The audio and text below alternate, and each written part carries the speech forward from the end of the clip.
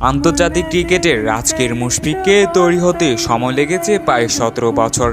দেশের ক্রিকেটকে ভরসা দিতে পেরেছেন বলে নামের পাশে লেগেছে মিস্টার ডিফেন্ডেবল তকমা।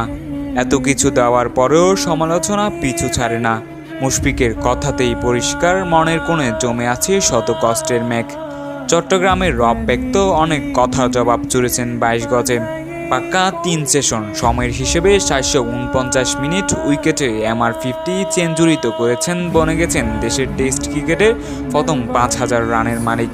দেশের হয়ে প্রথম ডাবল সেঞ্চুরির সুযোগটা ছিল আশরাফুলের পিছনে থেকেও প্রথম ডাবলটা পেয়েছিলেন মুশফিক। 5000 রানের মাইল ফলকের তিনিও একই কাণ্ড। সুযোগটা ছিল তামিমের, এবার পিছন থেকেও ইতিহাসের আংশিক মুশফিকুর রহিম। ইতিহাস যারা গড়েন তাদের তো হওয়া উচিত ইতিহাসের চাইতে বড়। মুশফিককে পাওয়া গেল সেই রকম। আলোচনা সমালোচনা ক্রিকেটেরই অংশ। মুদ্রার দুই পিঠ দেখেছেন মুশফিক।